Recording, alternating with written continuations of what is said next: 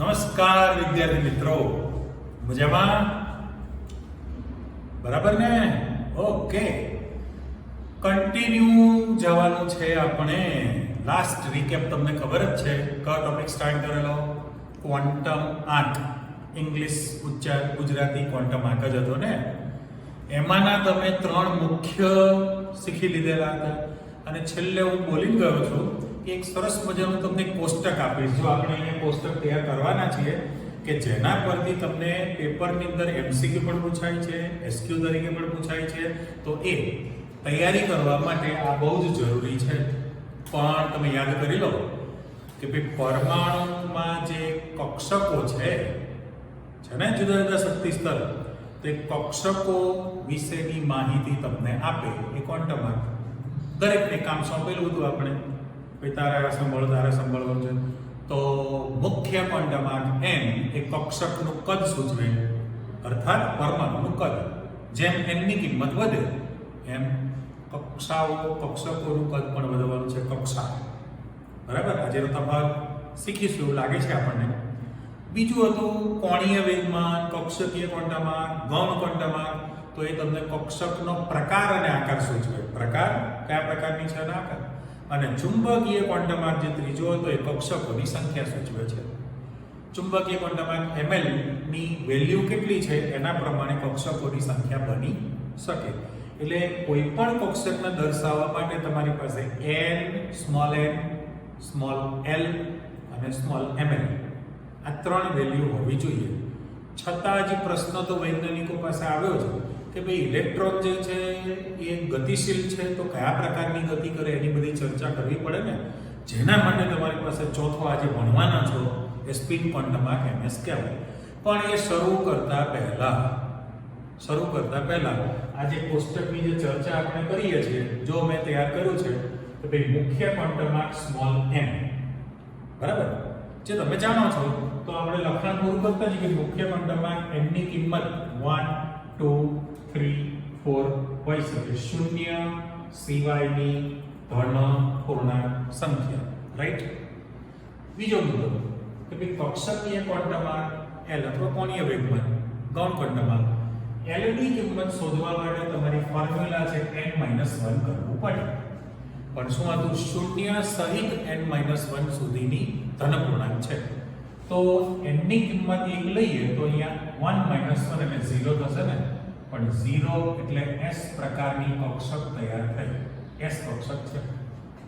Okay, હવે તમે n ની કિંમત 2 લેશો તો શૂન્ય સાથે એટલે 0 તો ખરું, અને પછી 2 - 1 કરો એટલે 1 આવશે. તો 0 એટલે s પ્રકારની કક્ષક તૈયાર થઈ, એકડો એટલે p પ્રકારની કક્ષક હતી. બરાબર? આપણે ઉદાહરણમાં લખેલું હતું. જો તમે n બરાબર 3 લઈ લો તો તમારી વેલ્યુ શૂન્ય સહિત n-1 સુધીની ધન પૂર્ણાંક સંખ્યા. એટલે 0, 1 અને 3 - 1 કરીએ એટલે 2 આવે.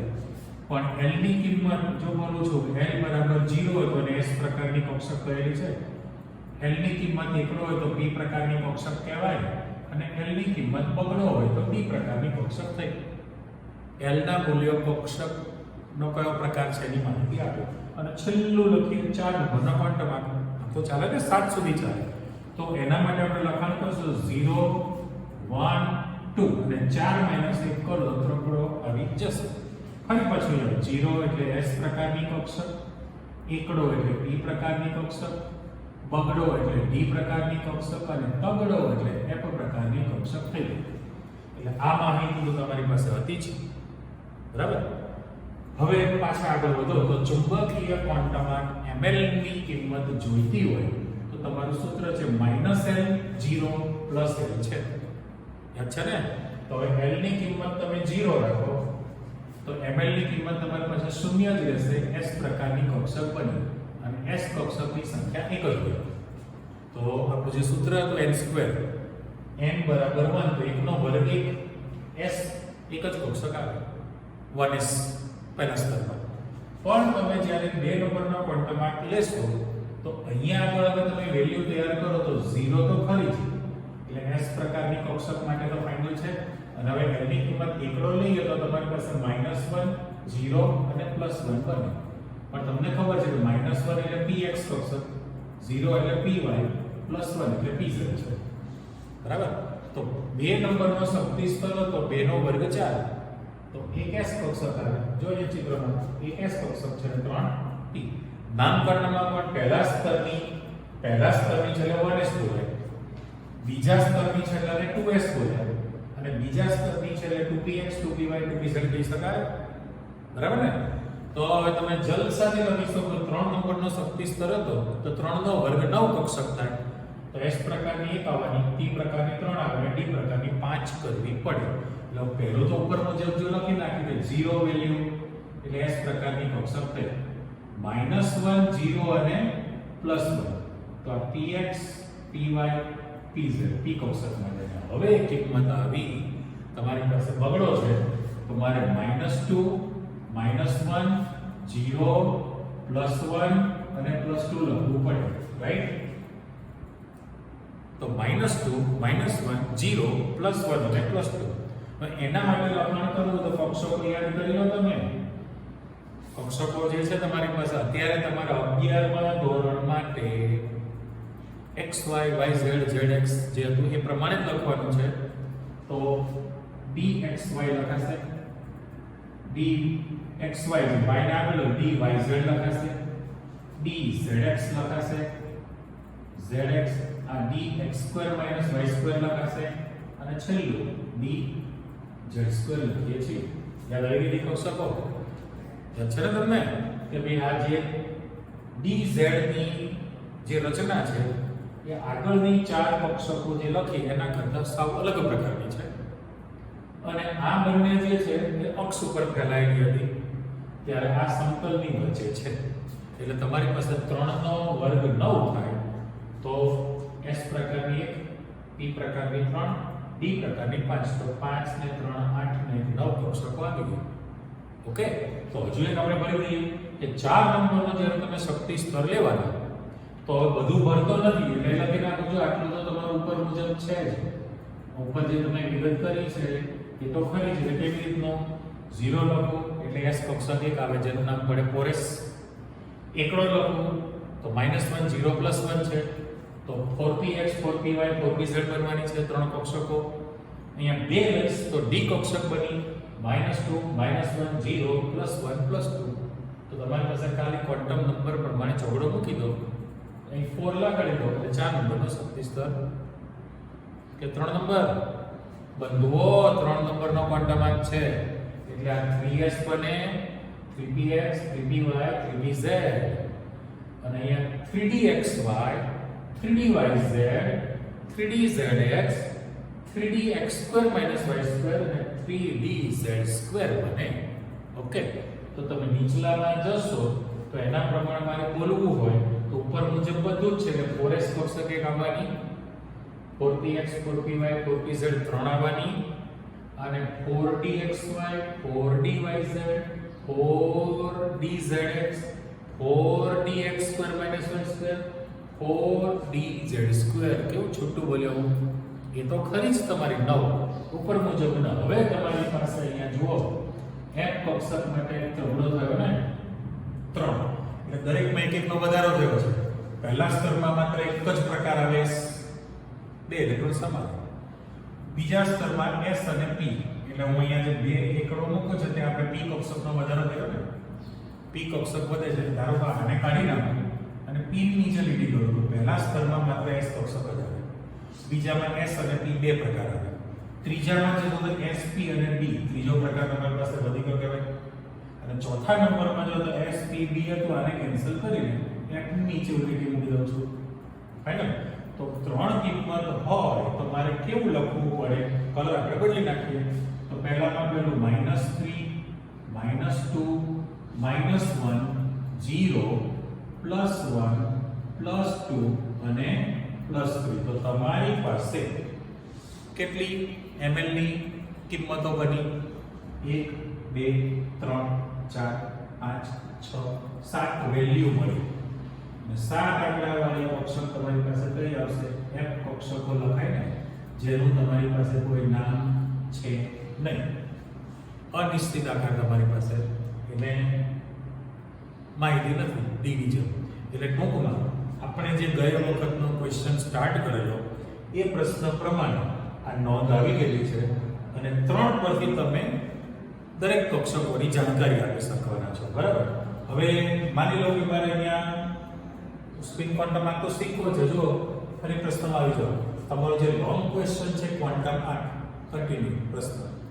હવે એમાં 1 2 3 તમે પૂર્ણ કરી દીધેલા હતા લાસ્ટ ટાઈમ. મુખ્ય ક્વોન્ટમ આર્ટ એલ, અક્ષરીય ક્વોન્ટમ આર્ટ એલ, ચુંબકીય ક્વોન્ટમ આર્ટ એમ. આ આપણે કમ્પ્લીટ 3 થિયરી પૂરી કરી દીધેલી છે. પણ ચોથો ક્વોન્ટમ આર્ટ છે અને સ્પિન ક્વોન્ટમ આર્ટ કહેવાય. તો છે સ્પિન ક્વોન્ટમ આર્ટ છે. તો હવે એના માટેની ચર્ચા શા માટે ઉત્પન્ન થઈ? તો બે વૈજ્ઞાનિક છે. એક છે ઉહલનબેક નામ અને ગાઉડ-સ્મિથ. પરિણામ બોલો. જ્યોર્જ ઉહલનબેક અને સેમ્યુઅલ ગાઉડ-સ્મિથ. જ્યોર્જ ઉહલનબેક અને સેમ્યુઅલ ગાઉડ-સ્મિથ એ બંને વૈજ્ઞાનિકોએ 1925માં સાલ તો આપણે લખી મૂકી છે. બરાબર. એ 12 મહિનામાં કામ કરવું પડે જાન્યુઆરી ડિસેમ્બર સુધી. તેમણે એક પ્રયોગ કર્યો. એ પ્રયોગમાં શું કર્યું? એ પ્રયોગ પરથી એમને અવલોકન કર્યું. શું હતું એ પ્રયોગ? એ જાણકારી આપું છું તમને કે દાખલા તરીકે તમારી પાસે આ ચુંબક રાખેલું છે. ગજીયો ચુંબક કહેવાય ને, બે ટાઈપના ચુંબક આવે. બીજો ઘોડાની નાળની જેમ નાળ ચુંબક હોય. અચ્છા, હવે આની અંદર N અને S છે, બે pole, north pole, south pole. એટલે વિષમાન ચુંબકીય ક્ષેત્ર તૈયાર થયું પડે. ચુંબકીય ક્ષેત્ર જે વિષમાન છે અને તમને ખબર છે નાના ધોરણમાં શીખ્યા છો ને હજુ ભણવાના જ છો તો આના વિશે છે આપણે ચર્ચા કરી નાખીએ કે ભાઈ ચુંબકીય બળ રેખા જેમ કોઈ પણ વીજભાર હોય, કોઈ પણ દાખલા તરીકે મારે એમ લખવું છે કે q કુલમ વીજભાર સ્થિર છે plus or minus. q coulomb વીજભાર છે, સ્ટેટિક ચાર્જ સ્થિર છે, ધન પણ હોઈ શકે ઋણ પણ હોઈ શકે. તો કોઈ પણ વીજભાર હોય તો વીજભારની આસપાસ શું હોવાનું છે? વિદ્યુત ક્ષેત્ર હોય.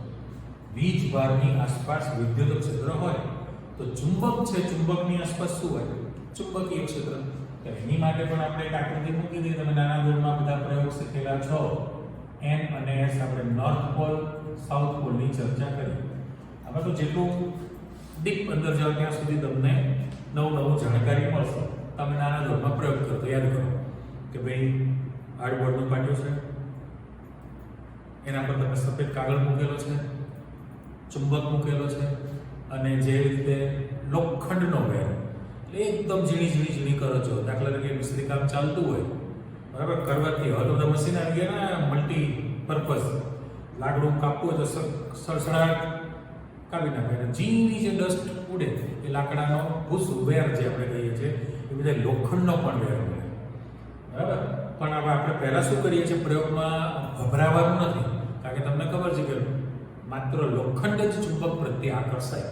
એ તમે 12મા ધોરણમાં ભણવાના છો. પહેલા પ્રકરણની અંદર ચુંબકીય ગુણ વિશેની ઘણી ડિટેલ છે. બરાબર. બાકી કોઈ પણ મેટલ જે છે એલ્યુમિનિયમ, તાંબુ, બરાબર, એ સ્વતંત્ર કીધું કે ભાઈ એલ્યુમિનિયમ છે, કોપર છે, Mg છે, એ ધાતુ ચુંબકને પ્રત્યે આકર્ષાતી નથી.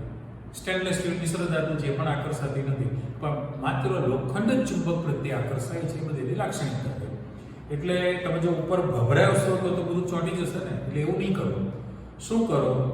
આપણે જમવા બેઠા હોય, બરાબર, ગરમા ગરમ વઘારેલો ભાત બનાવેલો, ખીચડી બનાવેલી હોય અને તમારે ગરમ હોય તો પ્લેટમાં લો. તમે આમ ફરતે કરીને વચ્ચે ખાડો તૈયાર કરો તો જેમાં તમે છાશ નાખો, દહીં નાખો અને એમાંથી તમે થોડું ખાઓ.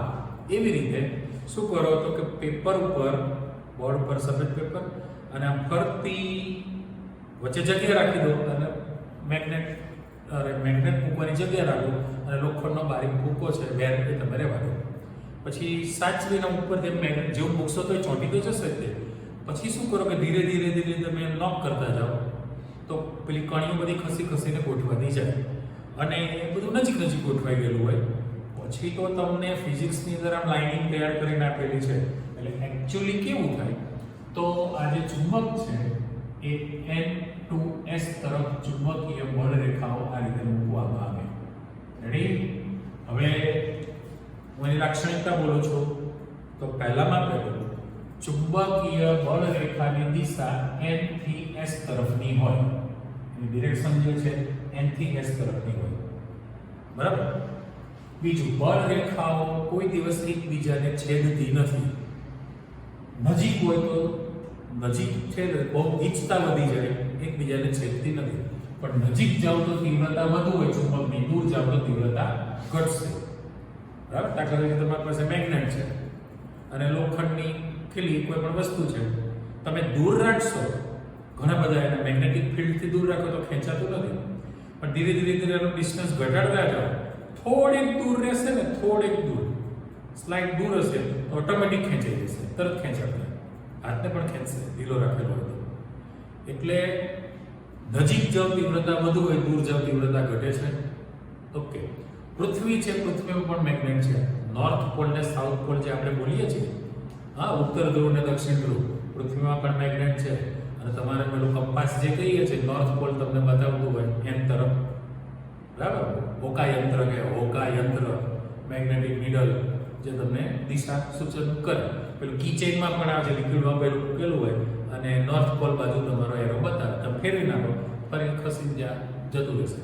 એનો પણ પ્રયોગ કરો તો કરી શકાય. પૃથ્વીમાં મેગ્નેટ છે એની સાબિતી આપું છું, સાંભળજો. તમારી પાસે પેલું સ્પીકર હોય, સ્પીકરની પાછળ મેગ્નેટ હોય, ભગવાનના ફોટા હોય, તિજોરી પર જે લગાડીએ છીએ મેટલને, પાછળ ટીકડી લગાડેલી હોય છે કોની, મેગ્નેટની. સોલ્યુશન નીકળી જાય એ મેગ્નેટ તમારી પાસે આવી ગયું છે. હવે મેગ્નેટનો ગુણધર્મ શું છે પહેલા સમજી લો કે ભાઈ એનો એક છેડો નોર્થ પોલ ને એક છેડો સાઉથ પોલ છે. માની લો કે આ બ્રેક થઈ જાય, તૂટી જાય, તો ઓટોમેટિક ત્યાં જે n છેડો હતો તો અહીંયા s બની જાય જાતે જાતે, અને આ જે ટુકડો છૂટો પડે અહીંયા s છે તો અહીંયા n બની જાય જ, બરાબર. ચુંબક જમીનમાં ખાડા ખોદો ચુંબક મને એવું ના હોય, ચુંબક બનાવવામાં આવે. Magnetic field, heavy magnetic field અમુક મેટલને લાગુ પાડો તો પોતે ચુંબક બની જાય અને જાળવી રાખે. સાચું, હિપ્નોટાઇઝ જેવું, જે હિપ્નોટાઇઝ કરી દે તમને, બરાબર, લોલા કમલા તમે જોઈ જ રાખો, હિપ્નોટાઇઝ થઈ જાય. તો એવી રીતે ટુકડો થઈ જાય તો n અને s હતો તો ઓટોમેટિક s બને, એ ઓટોમેટિક n બની જાય. એમ કરતા કરતા કરતા અંતિમ સૂક્ષ્મ પાર્ટિકલ ને તોડતા તોડતા એક કણ હોય, છતાં પણ એની વન સાઈડ n જ હોય ને બીજી સાઈડ જે ઓપોઝિટ s રહે છે. ઓકે, હવે આપણી પાસે લેબમાં જે મેગ્નેટ હોય છે, ગજિયો ચુંબક, એમાં તો રેડ કલર મારેલો હોય પેન્ટ, પ્લસ પેલી કોતરણીથી n અને s લખેલો હોય છે. ધારો કે બે મેગ્નેટ હોય તમારી પાસે, n અને n ના છેડા તમે સામે લાવશો તો અપાકર્ષણ કરશે, પણ આને બદલીને s કરશો તો ખેંચાઈ જશે. એટલે વિરુદ્ધ પોલ હશે તો એની વચ્ચે આકર્ષણ થાય, અને સમાન હશે તો અપાકર્ષણ બળ થાય. પૃથ્વીમાં મેગ્નેટ છે એની સાબિતી આપો. દાખલા તરીકે સેવિંગની જે બ્લેડ આવે સાદી, છેદ કટિંગમાં આવે, સાદી જે બ્લેડ છે એ સ્ટેનલેસ સ્ટીલની બનેલી છે, પણ શું કરો, એ બ્લેડને તમારી પાસે સાદું મેગ્નેટ છે, એ મેગ્નેટ ઉપર તમે બ્લેડને રબ કરો, ઘસો, એટલે ઓટોમેટિક મેગ્નેટાઇઝ થઈ શકે. ખબર છે ને, ઇલેક્ટ્રોનિક્સ વાળા રિપેરિંગ કરતા હોય એનો જે સેટ છે સ્ક્રૂ ડ્રાઈવરનો નાની મોટી સાઇઝના, એ બહુ લાઇટલી મેગ્નેટિઝમ વાળા હોય, કારણ કે પેલું ખોલે વસ્તુ પછી આમ રાખે તો પેલું સ્ક્રૂ તરત ખેંચાઈ ચોટી જશે અને પેલું ફિટ કરી શકે છે. એટલે કહેવાનો અર્થ શું છે કે દરેક જગ્યાએ મેગ્નેટિઝમ તમારી પાસે આવી ગયું. હવે રબ કરો એટલે રબર મેગ્નેટિઝમ થઈ ગયું. અચ્છા, હવે બ્લેડને તમે એક સાઈડે n લખો અને s લખી નાખો, n અને s લખી નાખો છે. મેગ્નેટ ઉપર તો નામ છે નહીં, તમે બ્લેડને પરિણામ રાખશો, ધારો કે અપા કરશે તો સમજવાનું કે બંને n છે અથવા બંને s છે. રેડી? મેગ્નેટ ફિક્સ રાખશો અને બ્લેડને તમે ઉલટી કરી નાખો, અને જો આકર્ષાય તો તમારે સમજવું પડે કે બે વિરુદ્ધ છે, પણ ખબર નથી આ n હશે તો પેલો s હોવાનો, કદાચ આ s હશે સાઉથ પોલ તો પેલો નોર્થ પોલ, બરાબર? એટલે મેગ્નેટની આ જે સિસ્ટમ થઈ એનું રીઝન આ પ્રકારનું થયું કહેવાય. એટલે અને બળ રેખાને કોઈ માધ્યમ નડતું નથી. માધ્યમ એટલા માટે કે કાચના બીકરમાં પાણી ભરી દો અને એમાં તમે લોખંડની વસ્તુ નાખી દો તો એ પહોંચી ગઈ. અને હેવી કેપેસિટી વાળું મેગ્નેટ છે, બીકરના બહારથી તમે મેગ્નેટ ફેરવશો ને બહારથી, છતાં બીકરના પાણીમાં રહેલા લોખંડના ટુકડામાં મૂવમેન્ટ જોવા મળે. તો એને કોઈ માધ્યમ નડતું નથી ને. અચ્છા, ટેબલ ઉપર તમે લોખંડની વસ્તુ મૂકો ટેબલ ઉપર, અને ટેબલમાં નીચે ટોપની નીચે તમે મેગ્નેટ ફેરવશો હેવી, તો ઉપર મૂવમેન્ટ થઈ શકે. તો દરેક માધ્યમમાંથી બળ રેખા પસાર થાય છે.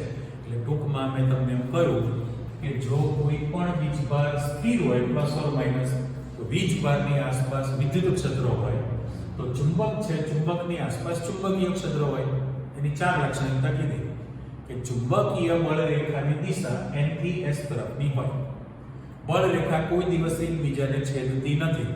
સદિશ રાશિ છે, દિશાપેક્ષ છે એટલે સદિશ થયું, છેદતી નથી. બરાબર, કોઈ પણ માધ્યમમાંથી પસાર થઈ શકે છે. અને બીજું કે નજીક જાવ તીવ્રતા વધુ હોય, દૂર જાવ તીવ્રતા ઘટવાની છે.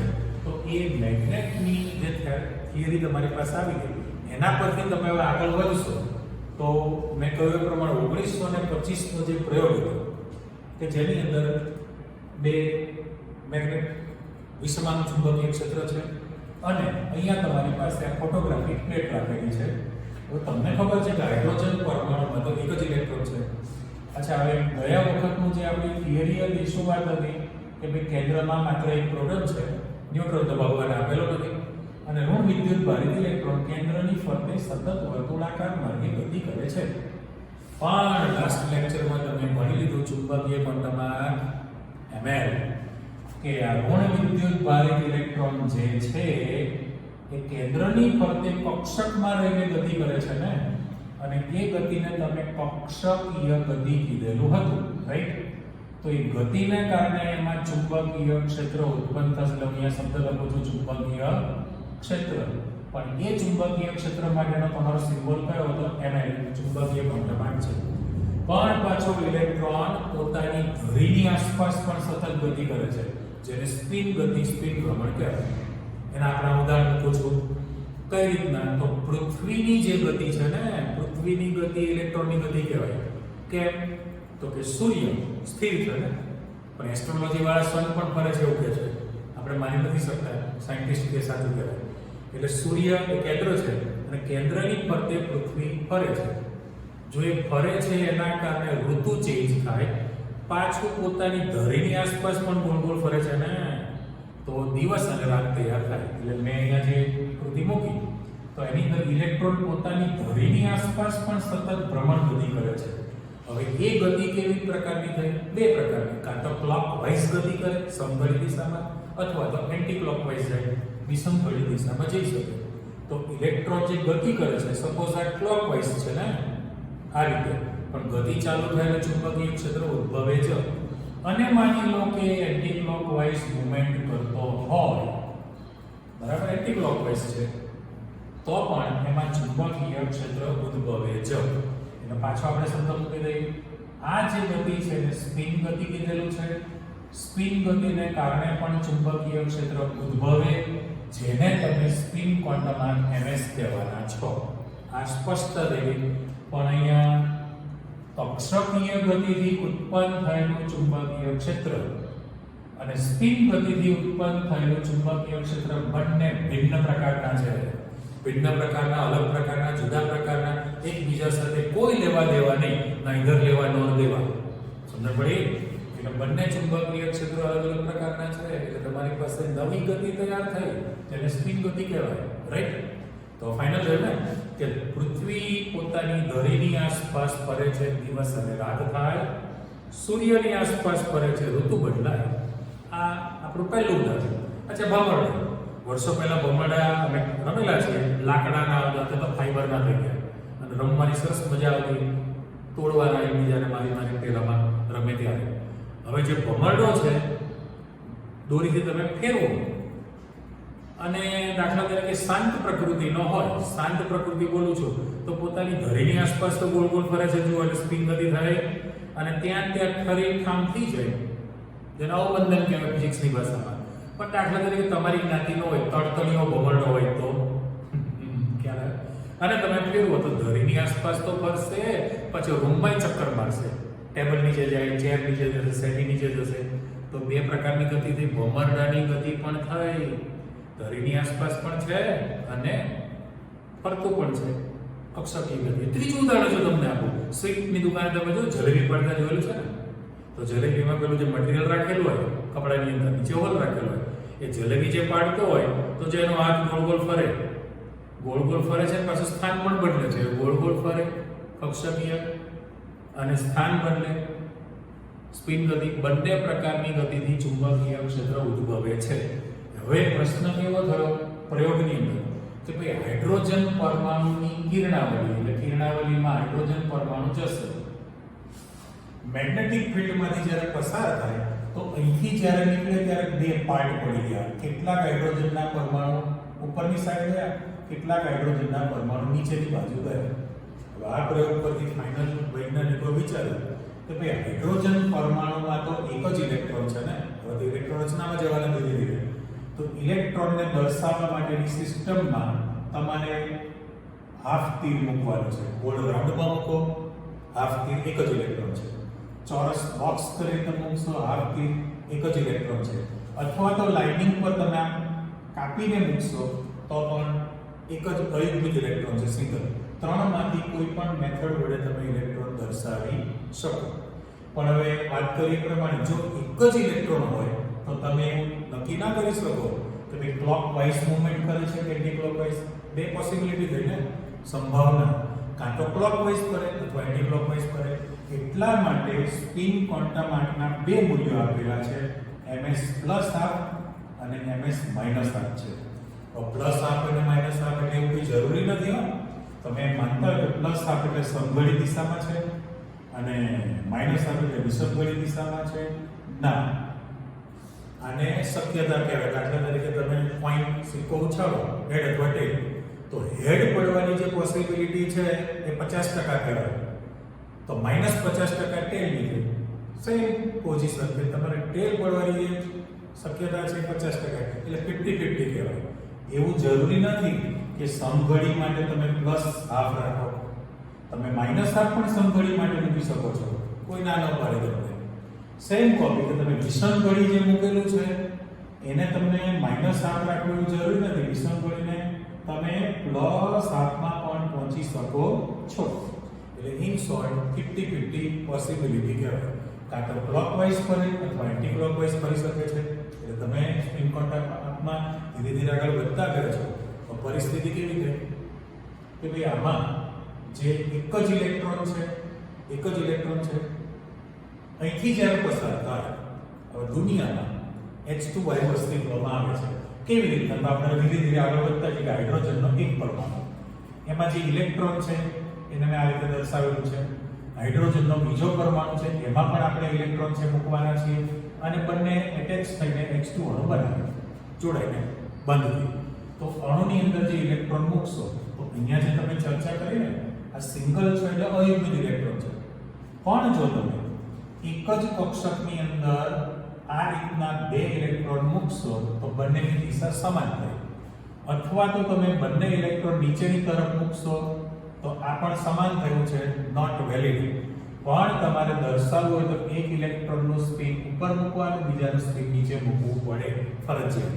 એટલે જો અહીંયા ચોકડી પાડું છું, જો તમે આ રીતે મૂકશો તો બંને ઇલેક્ટ્રોનના સ્પિન સરખા થયા, કાં તો બંને સમઘડી અથવા બંને વિષમઘડી. આ રીતે મૂકો તો પણ બંને ઇલેક્ટ્રોનના સ્પિન સમાન થાય, કાં તો બંને સમઘડી અથવા વિષમઘડી ના ચાલે.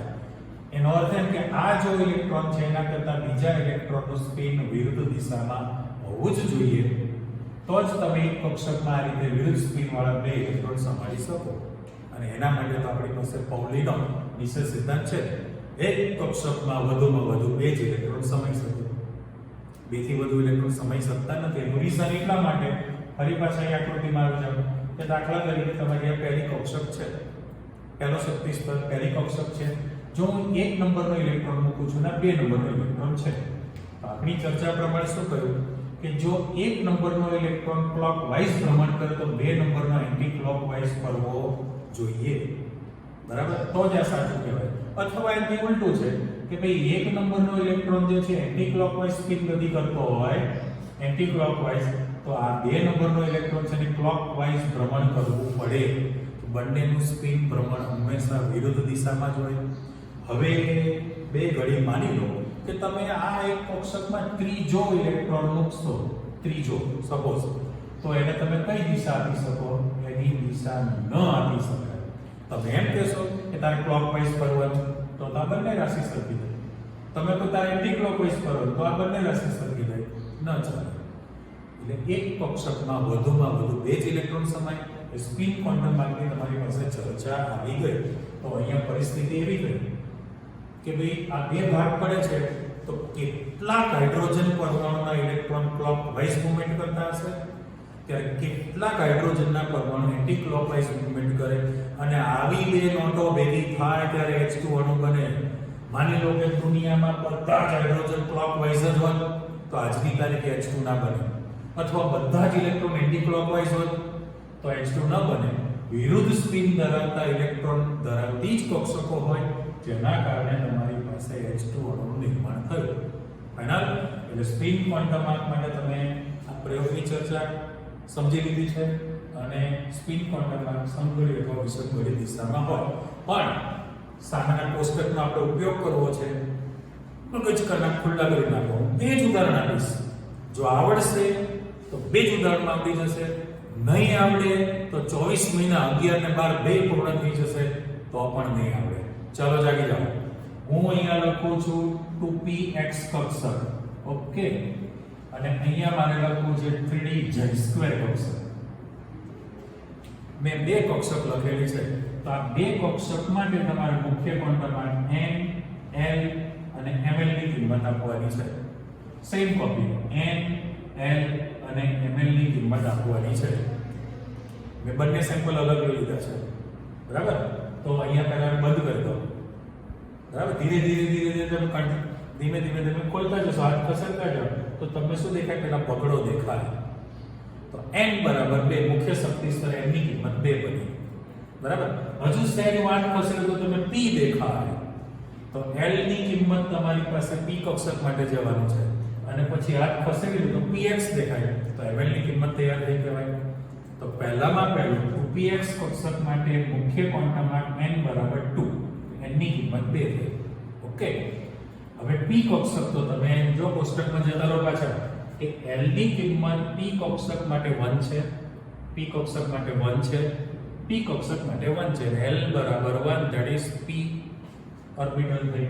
તો l ની કિંમત 1 થઈ. અને હવે આવે છે ml. તો ml શેના પરથી નક્કી થાય? 2px. જાઓ કોષ્ટકમાં પાછા. તો તમારી પાસે -1 હોય તો px છે, 0 હોય તો py છે, +1 હોય તો pz છે. તો px માટેની વેલ્યુ કઈ છે? -1 છે. મૂકી દો. તો જો હું અહીંયા -1 મૂકી દઉં તો તમારા 3 ક્વોન્ટમ આર્કના મૂલ્યો આવી ગયા. રાઈટ. પણ ધારો કે તમને પરીક્ષામાં 2px ની બદલે 2pz પૂછી હોય તો શું બદલાય? આવડી ગયો?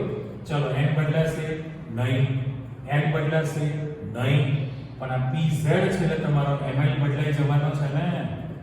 ml ની કિંમત કઈ તૈયાર થવાની છે? -1 ને બદલે +1 લખવું પડે. રેડી? ચલો હજુ એક પ્રેક્ટિસ. d કક્ષક માટે જતા રહો. તો મારે 3dz² કક્ષક આપેલી છે. બંધ કરી દો. સૌથી પહેલા તમને તગડો દેખાય. તો મુખ્ય ક્વોન્ટમ આર્ક n બરાબર કેટલો થયો? 3, જે આગળનો નંબર. બરાબર. પછી દેખાય d કક્ષક. તો d કક્ષક માટે જાઓ કોષ્ટકમાં. d કક્ષક માટે 2 છે l ની વેલ્યુ. d કક્ષક માટે વેલ્યુ છે 2. તો l બરાબર કેટલો થયો તમારી પાસે? બગડો. અને હવે આવે છે ml. ml માટે dz² છે. તો કોષ્ટકમાં જાઓ. તમારી પાસે dz² ની વેલ્યુ +2 છે ને. તો મારે ml ની કિંમત અહીંયા +2 લખવી પડે. આવડી ગયો? જો હું તમને અહીંયા ચેન્જ આપી દઉં, z² ની બદલે તમને dxy છે, ચલો આખું આપી દઈએ, dxy લખી નાખો, શું બદલાશે? બરોબર. ફટાફટ. n બદલાશે નહીં, 3 જ આવે. l બદલાશે નહીં, d કક્ષક બગડો જ આવશે. પણ xy છે તો તમારે પાછું જવું પડે. xy માટે -2 છે ને. અને ધારો કે dzx કીધું હોત તો તમારી પાસે 0 બને. એટલે તમે ગમે તે કક્ષક મૂકશો 3 વેલ્યુ પરથી નક્કી થઈ શકે. પણ સ્પિન ક્વોન્ટમ આર્ક ms છે એ બંને વેલ્યુ સરખી થતી નથી. મોટા ભાગે તમને 3 ક્વોન્ટમ આર્ક સુધી જ પૂછે છે.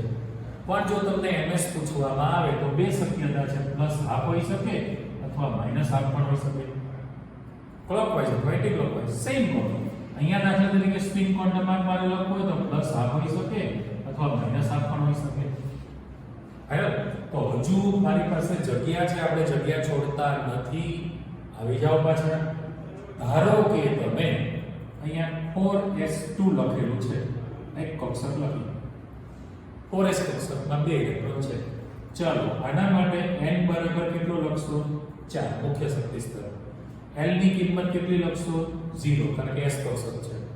ml ની કિંમત પણ કેટલી લખશો? 0 કારણ કે s કક્ષક છે. પણ એમાં બે ઇલેક્ટ્રોન છે તો ms ની કિંમત જે છે એ કાં તો પ્લસ હાફ હોઈ શકે અથવા તો માઈનસ હાફ પણ હોઈ શકે. બરાબર? બે ઇલેક્ટ્રોન હશે તો વિરુદ્ધ છે, પણ હું અહીંથી બગડો હવે કાઢી નાખું છું, જોઈ લો. તો માત્ર 4s કક્ષક લખવામાં આવે તો તમારી પાસે 4 0 0, પણ એક જ ઇલેક્ટ્રોન છે, કાં તો પ્લસ હાફ હોઈ શકે અથવા તો માઈનસ હાફ કિંમત પણ તમારી પાસે તૈયાર થઈ શકે. એનો અર્થ એવો થયો, આપણું સ્ટેટમેન્ટ આવી ગયું, એક કક્ષકમાં માત્ર બે જ ઇલેક્ટ્રોન સમાઈ શકે અને બે ઇલેક્ટ્રોનના ચારેય ક્વોન્ટમ આંકના મૂલ્યો કદાપી સમાન હોઈ શકે નહીં. કેમ? જુઓ ને, 4s કક્ષકમાં જો બે ઇલેક્ટ્રોન હોય, બે જ ઇલેક્ટ્રોન, ચલો બધા એમને મૂકી દો, ફરી 4s2 કરી દો, તો આ બંને ઇલેક્ટ્રોન માટે મુખ્ય ક્વોન્ટમ આંક n બરાબર 4 જ થાય, રાઈટ? s કક્ષક છે, l ની કિંમત 0 થશે, ml ની કિંમત પણ 0 થઈ, પણ બંને ઇલેક્ટ્રોનનો સ્પિન હંમેશા વિરુદ્ધ જ હોય. એટલે આપણી પાસે આખી ચર્ચા તૈયાર થઈ ગઈ. જે ચોથો ક્વોન્ટમ આંક હતો, સ્પિન ક્વોન્ટમ આંકની ચર્ચા, હજુ મેગ્નેટિક ફિલ્ડ ની જે થોડી ઘણી તમને ચર્ચા આપેલી, હજુ ડિટેલમાં 12મા ધોરણમાં ભણશો ત્યારે આપીશું. અન્ય ચેપ્ટરમાં આવે ત્યારે પણ તમે શીખવાના છો. પણ જે કોષ્ટક તમે તૈયાર કરો આ આવડશે તો જ તમે આ પ્રશ્નનું સોલ્યુશન આપી શકવાના. ગોખવાની જરૂર નથી. મેં તમારા ત્રણ ઉદાહરણ આપેલા છે, જુઓ ને. પહેલું ઉદાહરણ જે છે 4s કક્ષક, s પ્રકારની કક્ષકની ચર્ચા આપી. બીજામાં 2px 2pz કહ્યું મેં, તો p પ્રકારની પણ આવી ગઈ. અને 3dz2 અથવા 3dxy તો d પણ આવી ગઈ. તમને f કક્ષક જિંદગીમાં પૂછવાની નથી. કેમ? તો કે f ના આકાર જ ખબર નથી ને, અનિશ્ચિત છે. તો આવા નામ ક્યાંથી તમે d ના છે પાડી શકવાના? એટલે શક્ય જ નથી. s p ને d માં જ રમવાનું છે. બોલ આવડશે? યસ. તો તમારા ઉદાહરણમાં ટેક્સ્ટમાં આપેલા છે, સ્વાધ્યાયમાં પણ આપેલા છે, લખવા માટે પ્રયત્ન કરવાનો છે. અને નેક્સ્ટ લેક્ચરમાં તમે 1 થી 30 તત્વોની આવી ઇલેક્ટ્રોન રચના શીખવાના છો. તમે કોઈ પણ તત્વની ઇલેક્ટ્રોન રચના ભરી શકો એની જાણકારી, અને ઇલેક્ટ્રોન રચના, ઇલેક્ટ્રોન કોન્ફિગરેશન કહેવાય, એ શીખો ત્યાર પછી બાકીના બધા ચેપ્ટરો ખુલવાના. દરવાજા ખુલી જાય, સિમ ખુલ જાય, પણ આટલું તૈયાર કરવું જરૂરી છે. ઓકે, નેક્સ્ટ ટાઈમ ફરી મળીએ. બાય.